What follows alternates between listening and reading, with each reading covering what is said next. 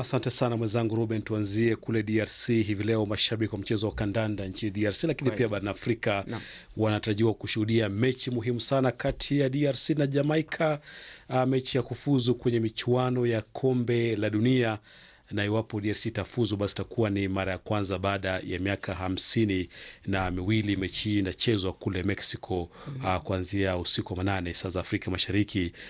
Hivi leo mamia ya mashabiki wamekwisha safiri kule Mexico, lakini wengine walishindwa baada ya kukosa visa za kuwawezesha kusafiri.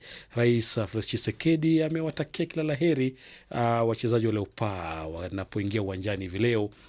Amewaambia kwamba wacheze kwa nguvu zote na wakishe kwamba wanapata ushindi. Tunatumai bila shaka itakuwa hivyo, maana wamesema wazi kwamba na wenyewe wamejiandaa kupata ushindi. Michuano ya kombe la dunia itachezwa kule Marekani, Canada na Mexico mwezi Juni na mwezi Julai mwaka huu 2026, na iwapo DRC itafuzu itakuwa inarudi tena. Mara mwisho ilicheza katika mchuano wa kombe la dunia ilikuwa ni mwaka 1976. Wakati huo DRC ikifahamika kama Zaire. Sijui wewe ulikuwa umezaliwa wakati huo, mzee Ruben? Bila shaka. Shirikisho la soka kule nchini Ghana limemfuta kazi kocha wa timu ya taifa Black Stars Otto Addo baada ya timu hiyo kufungwa na Ujerumani mabao 2-1 katika mechi ya kimataifa ya kirafiki iliyochezwa kule Stuttgart. Hii ni mechi ya 4 kwa Addo kupoteza baada ya wiki iliyopita pia kufungwa na Austria mabao 5-1.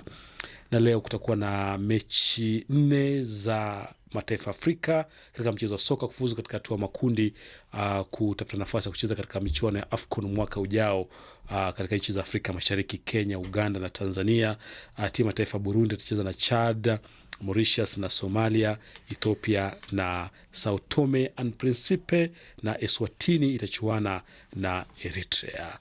Na michuano ya kutafuta bingwa wa Afrika katika mchezo wa vikapu ama kikapu inaendelea kule nchini Afrika Kusini. Leo Al Ahly Tripoli ya Libya itachuana na Dar City ya Tanzania. Dar City imekuwa ikifanya vizuri katika mashindano haya.